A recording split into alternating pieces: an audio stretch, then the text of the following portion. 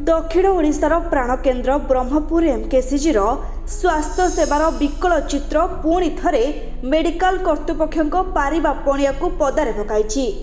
स्वास्थ्य सेवार उन्नति पाई सरकार हजार हजार कोटी टंका खर्च करुवा बेले गतकाली गोटे सिलिंडर रे 2टी नवजात शिशु को ऑक्सीजन जोगाई देवा घटना स्वास्थ्य सेवार असल चित्र पदारे पकाई। प्रत्येक दिन लक्ष लक्ष लोक यह हस्पिटाल उपरे निर्भर करुवा बेले ए दिगरे सरकार तुरंत विहित पदक्षेप नेबाकू दाबी करिसेंती बुद्धिजीवी।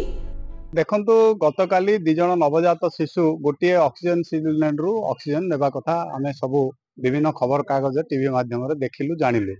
ए कथा नुआ नाही, ब्रह्मपुर एमकेसीजी रे एमिति बहुत बार घटिछि। कथा होछि ए घटिला पर मध्य प्रशासन चेतिबाकू नाही। चेतिबार न चेतिबार कारण होछि गत 24 वर्ष रे ब्रह्मपुर एमकेसीजी मेडिकल को बिजु जनता दल नष्ट करि होइछि। ताकू सुधारिबा को टाइम लागिवो एवं आपणकर जानिबा पय मध्य आपणक टीवी माध्यम रे बहु बार एक कथा कहिछि। आपण जानिछन मध्य जे ब्रह्मपुर एमकेसीजी रे पाखा पाखी 55-60 भाग डॉक्टर नहांती। जो डॉक्टर माने मध्य अछंती से माने एठी ड्यूटी रे हाजिरा पकाउछंती, से माने कटक भुवनेश्वर रे ड्यूटी करूछंती।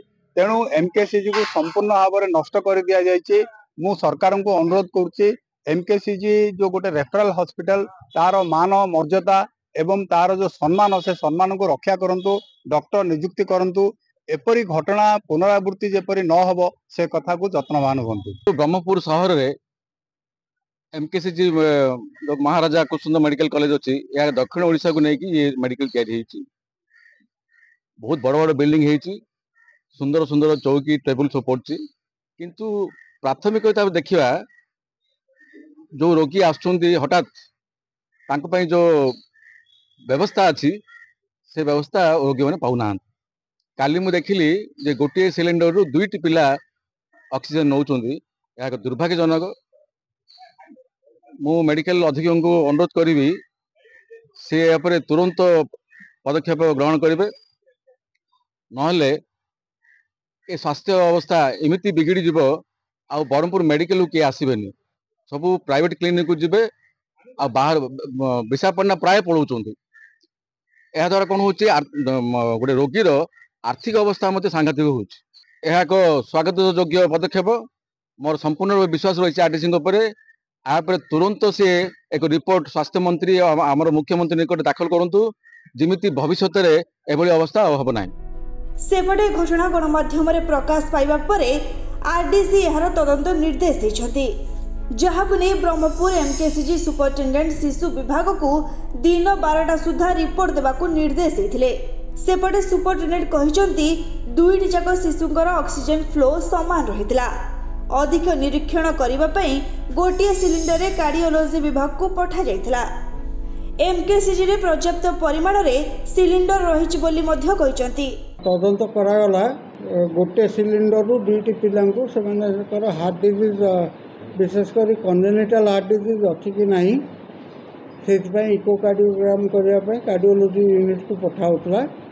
जेहेतु सेमानकर ऑक्सीजन फ्लो सेम थिला, से अवस्था रे कंसर्न फिजिशियन से देखिकी कहले जे नहीं गोटे ये गोटे सिलिंडर रे यूट्यूब देकी से 2 जन को दे पारिए। एमकेसीजी रे यथेष्ट ऑक्सीजन सिलिंडर अच्छी, 2 जन कौन जड़े कौन 10 जन कौन आम दे पारिबु, किंतु से जेहेतु भाविले जे पुस्तक एवं विज्ञान सम्मत यहाँ अच्छी से पठे तथापि आम कहवा द्वारा एवं से भी सेटा को पचरा उचरा कर एवं से क्षेत्र में से बही भी देखते दे पारे, किंतु यही परिस्थिति भविष्य जमी न हुए ता विषय में विशेष दृष्टि आकर्षण करने को आम विभाग मुख्य को आम अनुरोध करूँ, जहाद्वारा कि यही परिस्थिति हम ना।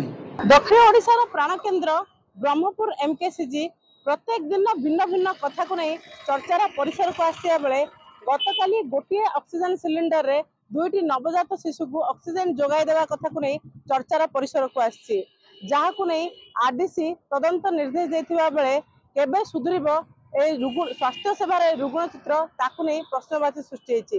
ब्रह्मपुर इतिश्री समापिका महांती, नक्षत्र न्यूज।